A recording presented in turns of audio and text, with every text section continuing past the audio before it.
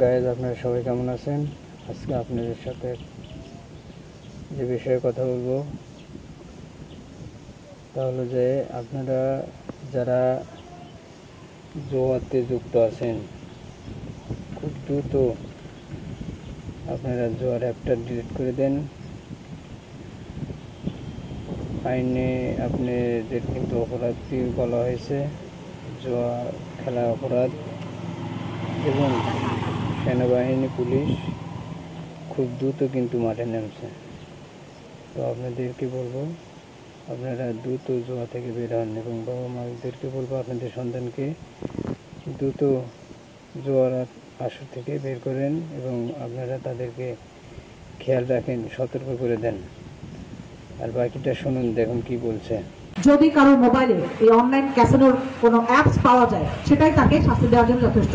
Police তাকে arrest করবে, কোর্টে সোপর্দ করবে, এবং তারপরে তার যে পানিশমেন্ট, এই যে বললাম 2 বছরের কারাদণ্ড এবং 1 কোটি টাকা আর্থিক জরিমানা, অথবা উভয় আপনাদের সন্তান বা যারা প্রতিবেশী আছে তাদেরকে সজাগ করতে পারেন। এই অধ্যাদেশের 20 ধারায় 2 বছর পর্যন্ত কারাদণ্ড এবং 1 কোটি টাকা পর্যন্ত জরিমানা, অথবা উভয় দণ্ডে উৎপাদনের একটা ভালো জায়গা, টাকা পাওয়ার জায়গা, তারা যেন 2 বার চিন্তা করেন। আমরা অ্যাওয়্যার করছি, এরপর আমরা শুরু করবো হচ্ছি যে 2 বছরের কারাদণ্ড এবং 1 কোটি টাকা পর্যন্ত আর্থিক উভয় দণ্ডেই দণ্ডিত করা হবে, যখন আমরা এভিডেন্স সহকারে পাবো যে কেউ অনলাইন ক্যাসিনোতে সংযুক্ত আছেন, জড়িত আছেন।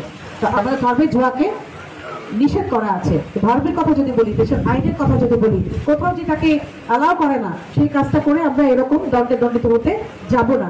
আমরা মানে শয়তানের ধোঁকা বলে বা খারাপ কাজে আমরা উদ্বুদ্ধ হব না, ভালো কাজে থাকবো। নিজেরা সতর্ক থাকবে, সচেতন থাকবে, পাশাপাশি আত্মীয় স্বজন এবং সন্তানদেরকে সতর্ক করবেন। মোবাইলে এই জুয়ার অ্যাপস রাখাও অপরাধ।